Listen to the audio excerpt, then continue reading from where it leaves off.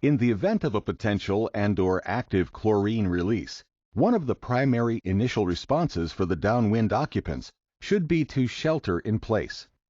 At the beginning of most incidents, the factual data and information related to the incident is very limited.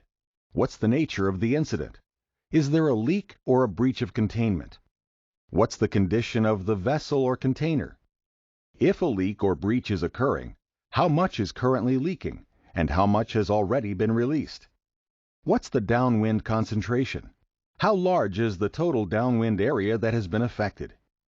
Answers to these questions and others may not be immediately available.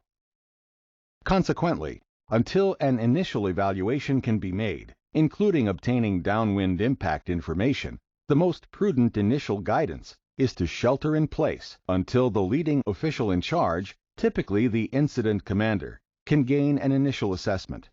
An initial shelter-in-place action is just that, an immediate action that will place the potentially affected individuals in an environment that offers more protection than being outside without any protection at all.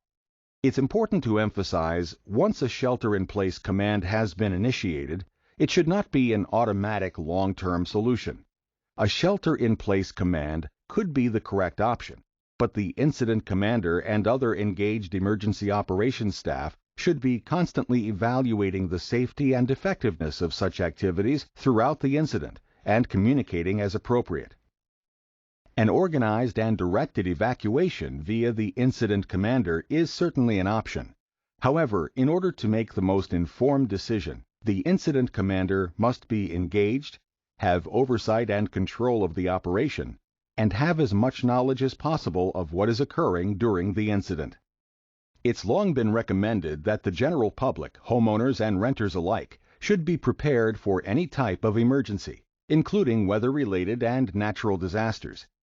An emergency preparedness kit is essential and should include a first aid kit, flashlight, battery-powered radio, extra batteries, a means of communication, such as a telephone, cell phone, and/or walkie-talkies, along with emergency contacts pre-programmed for easy access, non-perishable food, and a 3-day supply of bottled water.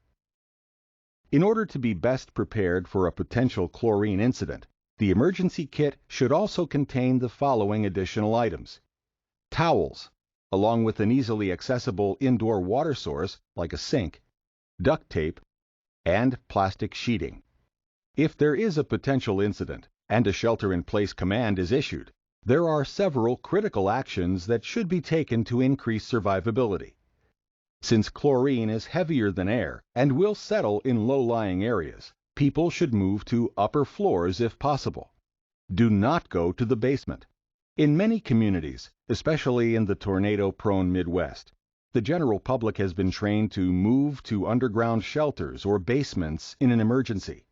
This is the exact opposite of what should be done during a chlorine release, as chlorine gas may find its way into basements.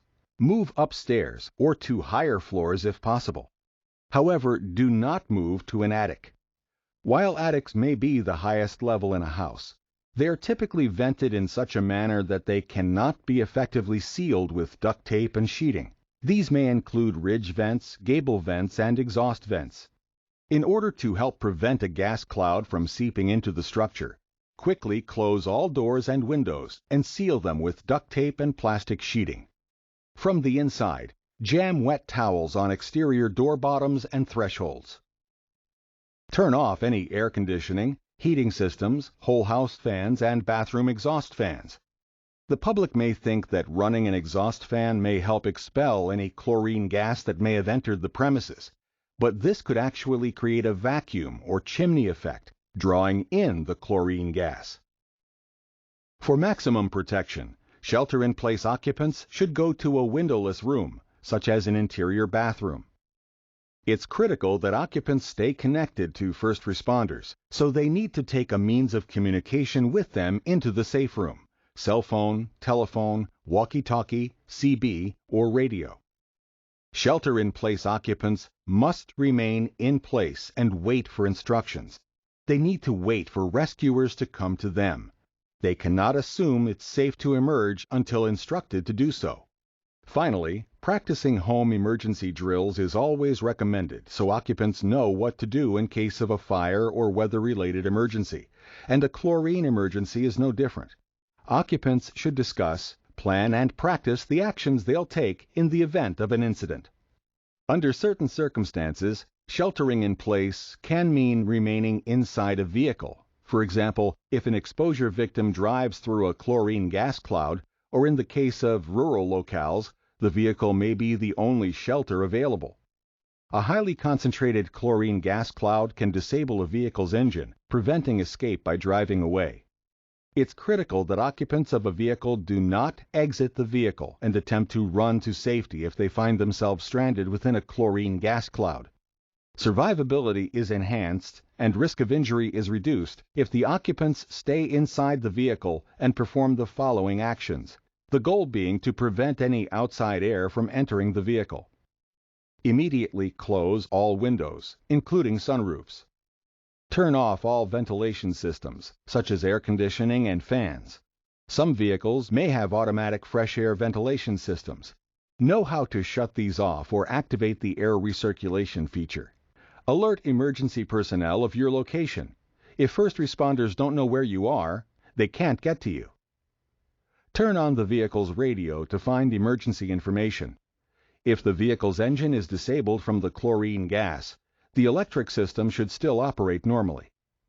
Finally, stay inside the vehicle until rescue personnel can reach you.